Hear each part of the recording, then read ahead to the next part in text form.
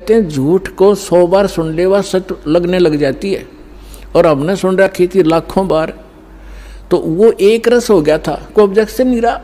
अब ये सच्चाई भी ऐसे ही दास बार बार बार बार रह कर सुनाओगा, तो ये सच्चाई भी आपको एक दिन सबने स्वीकार करनी पड़ेगी, और सभी ऐसे ही गर्दन हिलाया करेंगे, बिल्कुल सही बिल्कुल सही, यही है ज्ञान और ज्ञान ही नहीं, और यही कबीर है भगवान और भगवान ही नहीं, इस ज्ञान से ही होगा।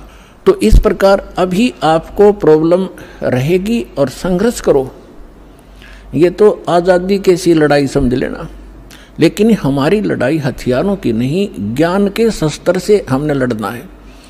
कबीर साहब का ज्ञान ऐसा है, कहते हैं और ज्ञान सब ज्ञानड़ी, कबीर ज्ञान सो ज्ञान, और जैसे घोड़ा तोब का करता चला मैदान। मैदान तो कर दिया शंकराचार्य, हमने निमंत्रण उनको दे लिया, कहा जाओ जी चर्चा करो, कुछ हमारी त्रुटि हमें बताओ, आपकी हम बतावाएंगे, उसको एक समाज को एक दिशा दे दें। लेकिन कुछ भी रहा हो, चाहे वो अपने आप को गण्याडी मान रहे होंगे, के जावा रामपाल का तो कोई अस्तित्व नहीं है, लेकिन फिर भी गरीब के पास भी आ जाना चाहिए बड़े आदमियों ने, जो आमंत्रित करता है। दूसरी बात यह है कि उनके पास कख नहीं, उनको सारा पता लग चुका है, क्योंकि पुण्यात्माओं आज इतना सेंसिटिव मीडिया है, एक वचन भी दास ने इस पूरे सत्संग में गलत बोल दिया होता, ये बवंडर बना देते। और आज मैं सीधा छाती में मार रहा हूँ इनके सच्चाई को, और कोई चसक नहीं रहा, इतना वजन है सच्चाई के अंदर। तो वो यहाँ नहीं आए, दुर्भाग्य था हमारा, बहुत इंतजार की उनकी, लेकिन परमात्मा ने दया करी, इस साधना चैनल वाले पर न्यारी रजा कर दी दाता ने। इसने अपनी टीम भेज के और सबसे उनके इंटरव्यू ले लिए, खुश होकर दे दिए, धोती सी मन्नत धो दी उनकी, यहाँ पर दिखा दिया किसे शंकराचार्य है और किसे आचार्य है।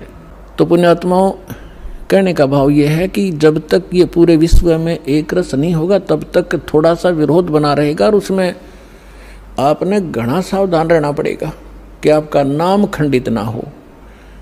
वैल्यू है, कहते हैं परमात्मा कहते हैं, जैसे माता गर्भ को रखे यतन बनाए, और ठेस लगे तो छन हो तेरी, ऐसे भक्ति जाए।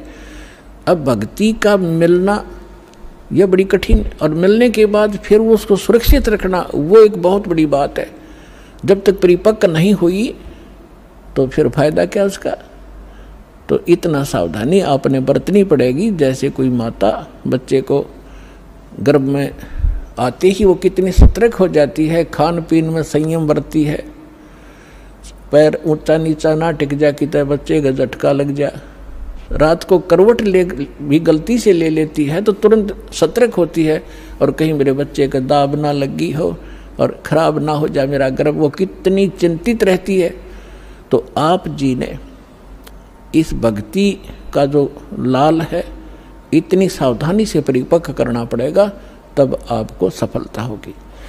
इसमें फाउल पॉइंट हैं, आन उपासना नहीं करनी, संसारिक व्यवहार के जो भी कार्य हैं, जो भक्ति परमात्मा की मर्यादा को भंग करते हैं, वो नहीं करने, और फिर आप सफल हो जाओगे। तो अभी थोड़ी सी कठिनाई आपको चल रही है, घर घर में विरोध चल रहा है। पति ने नाम ले लिया, पत्नी नहीं मानती, मैं तो सारी पूजा करूंगी, तो कैसे ऐसा क्या कर रहा है। पत्नी ने ले लिया तो पति दुखी करता है।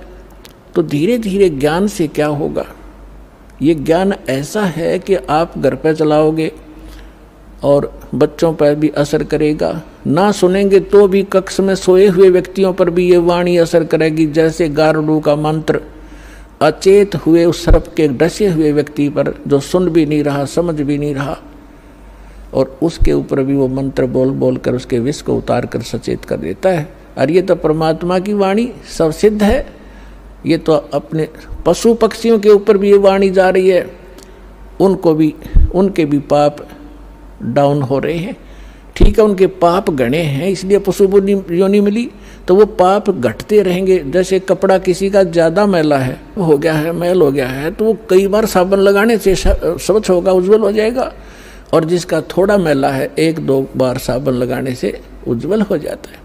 तो ये साबुन है परमात्मा का जो ज्ञान है, सत्संग है, वचन है, ये साबुन और जल दोनों का काम करता है।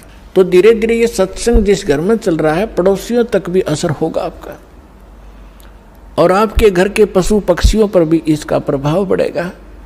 आपके घर कोई पशु पक्षी भी रह रहे हैं उसके ऊपर भी धीरे धीरे उसके अंदर ये वाणी का जो ज्ञान यज्ञ का पुण्य उसमें संग्रहित होगा। और कुछ ऐसे पाप हैं जो ज्ञान यज्ञ से ही खत्म होते और उसका विकल्प ही नहीं है। जैसे कपड़े को पहले थोड़ा मैला है तो जल से धो दिया, साफ हो गया, ज़्यादा मैला है तो और भी मैल रहा तो साबुन लगाना पड़ा, और फिर भी कोई दाग दबा रह जाता है तो ड्राई क्लीन से साफ हो जाता है। तो इसी प्रकार ये सभी क्रियाएं हमें अपने अंतःकरण, अपने जीव के ऊपर, आत्मा के ऊपर जो मैल जमा हो गए उन सभी पापों का नाश करने के लिए ये सारे ही साधन अपनाने पड़ेंगे, मंत्र के जाप भी करने पड़ेंगे, पांचों यज्ञ भी आपने करनी पड़ेंगी, और तब जा करके आपकी भक्ति सफल होगी। तो इसमें फाउल पॉइंट दास आपको बता रहा है कि ये भ्रमित ना होना। ऐसे कोई व्यक्ति आपके साथ डिस्कस भी करे तो उसको समझाना कि देखो, पहले तो जब हम डॉक्टर के पास जाते हैं तो डॉक्टर की औषधि में हम स्वयं ही विवेचन करते हैं, तो फिर उस डॉक्टर के पास जाने की आवश्यकता ही नहीं कि इसने दवाई ठीक नहीं दी तो कोई और देखो, वहाँ से लो। तो इसी प्रकार सबसे पहले तो ये देखो, ये ज्ञान आज तक ना किसी ने सुना और ना सुनाया, किसी के पास था ही नहीं। और जिन महापुरुषों के पास था उनको प्रतिबंध कर दिया था, मालिक ने प्रतिज्ञा करा दी थी कि अभी इसको डिस्क्लोज ना करना। तो महापुरुष थे, वो अपनी अमृतवाणी में बोल के सारा कुछ लिख गए, एफिडेविट बना गए, कबीर इज गॉड, ये वो फाइनल कर गए थे वो महापुरुष, जिनके दास बार बार उनके शुभ नाम आपको सुनाता है। और फिर हमारे सदग्रंथ उसी का प्रमाणित करते हैं कि कबीर इज गॉड। तो फिर ये क्लियर हो गया कि आज तक कोई हमें यही निर्णय नहीं करके बताया कि भगवान कौन है और कैसा है। अब जैसे रामकृष्ण को और विष्णु जी को, शंकर जी को भगवान मानने वाले, उनसे अगर हम पूछा करते थे कभी, वो कहता मैं समाधि लगाता हूँ, भगवान देखा आपने? भगवान दिखता थोड़ा ही है, वो तो निराकार है। अरे ये विष्णु ब्रह्मा जी की मूर्ति रख रखी, ये क्या फिर? तो हमारा निराधार ज्ञान था, बेसलेस था, हम डामाडोल थे, स्थिर नहीं थे। और इसी प्रकार ये राधा स्वामी किसी ने पूछ लो या किसी महर्षि ने पूछ लो, अभी तक जिनके विचार रहे हैं, परमात्मा तो निराकार है, साकार आता जब रामकृष्ण रूप बन जाता फिर निराकार हो जाता है। तो खाक ज्ञान था इनको। वेद बताते हैं कि वो परमात्मा सशरीर है, मनुष्य दृश्य है, ऊपर सिंहासन पर विराजमान है और उसके सिर पर मुकुट है। ये तो वेद बताते हैं, राजा की तरह बैठा। और यही वो संत बताते हैं जिनको भगवान ने जिन आंखों देखा वहां पर। तो फिर इसमें कोई डाउट नहीं रहा कि हु इज गॉड और कैसा है वो भगवान। तो ये सारे कंसेप्ट क्लियर इस दास ने करे, आज तक किसी ने नहीं किए। तो इसी प्रकार इस साधना पर भी विश्वास करना, किसी से डगमग ना होना, क्योंकि काल ने अपने एजेंट छोड़ रखे हैं, वो अपने कर्म बिगाड़े हैं, तो वो भी भगवान के बच्चे पर भ्रमित है, उस काल से प्रेरित है। उनका दुर्भाग्य है कि वो अशुभ काम पर लगे हैं। तो दास की उन सभी संतों से भी प्रार्थना है कि वो भी भगवान के बच्चे हैं और परमात्मा के बच्चों को मिसगाइड करके वो भगवान के दोषी हो रहे हैं। सबसे बड़ा अपराधी इस पृथ्वी पर यदि कोई प्राणी है जो गलत ज्ञान प्रचार करता है, वो भगवान का सबसे बड़ा अपराधी है।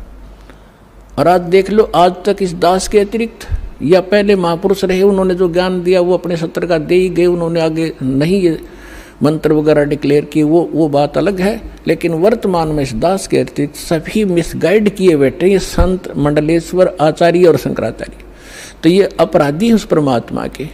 इनको चाहिए अपना भी कल्याण करावें और सच्चाई से अपने अनुयायियों को भी परिचित होने दें, इनका भी कल्याण हो जाएगा। समय आ गया, ये तो होगा ही होगा। ये कह देंगे तो इनका जो है बड़ी शाबाशी होगी, इनकी इज्जत रह जाएगी। और नहीं तो चलिए तो यहाँ आवेंगे, फिर ये अकेले बैठे रहेंगे वहाँ पर, रोए जाइए अपने कर्माने। आज कौन ऐसा मूर्ख है जो अपने जीवन को नाश करेगा जब पता लग जाए? तो फिर दूसरी समस्या ये आती है कि गुरु नहीं बदलना चाहिए। कोई बात हुई या? एक डॉक्टर से इलाज नहीं होता तो 100 बदलने चाहिए अपनी जान बचाने के लिए। और कबीर साहब कहते हैं जब लग गुरु मिले नहीं साचा, तब लग गुरु करो 10 पाँचा।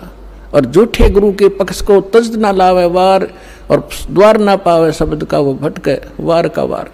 और इतना शीघ्र बदल देना चाहिए गुरु को। कबीर साहब कहते हैं कि डूबे थे पर उबरे, गुरु के ज्ञान चमक, और बेहरा देखा जरजरा, उत्तर चले फड़क। पहले बेड़े होया करते थे, फ्लोटिंग लकड़ियों का एक बेड़ा बना लिया। अभी तो नौका तो बहुत बाद में चली है। पहले बेड़ा होया करता था, उसके ऊपर बैठकर दरिया को पार करके अपना कोई काम करने जाते थे। उन बेड़ों के ऊपर बैठ के जाया करते, तो वो बेड़े कई बार गल जाते थे, कंडम हो जाते थे। तो जब परमात्मा कहते हैं कि जिस साधना को आप कर रहे हो, जो गुरु की, जिस गुरु के जहाज में आप बैठे हो, उसका जब आपको उसके सामने दूसरा जो बिल्कुल ओके बेड़ा आ गया, नौका समझ लो आप, बेड़ा तो नहीं समझ में होगा। अब एक नौका है जिसमें आप बैठे हो, उसके अंदर सुराख हो गया है और जल उसके अंदर घर कर रहा है, अंदर प्रवेश करना शुरू कर दिया है। और उसके बराबर में दूसरा कोई सही ओके नौका रख देता है, साथ में खड़ा कर लेता है, और वो कहता है कि भाई तुम डूबोगे, इसमें आ जाओ। अब जिसने गुट्टी सूटी ला रखी होगी, नशा कर रहा होगा, तो ठीक है मौज हो रही है, वो तो डूबेंगे। और जिनको नशा नहीं है और उनको पता लग गया दोनों का डिफरेंस कि ये जल आ रहा है, तुम डूबोगे इसमें, तो वो जो जिनका नशा नहीं हुआ वो तुरंत 1 सेकंड भी ना लावे, तुरंत कूद जाएंगे उसके अंदर। तो यहाँ परमात्मा कहते हैं डूबे थे पर उबरे, गुरु के ज्ञान चमक, और बेड़ा देखा जर्जरा, यानी टूटा फूटा डूबने वाला, उत्तर चले फड़क। फड़क जैसे पशु कई बार आवाज़ सुनकर हॉर्न की फड़क को भाग जाता, काफ़ी दूर बहुत स्पीड से भागता एकदम, तो कहते हैं ऐसे कूद गए दूसरे में। तो परमात्मा कहते हैं झूठे गुरु के पक्ष को तजत ना लावे वार, 1 सेकंड के अंदर बदल लेना चाहिए।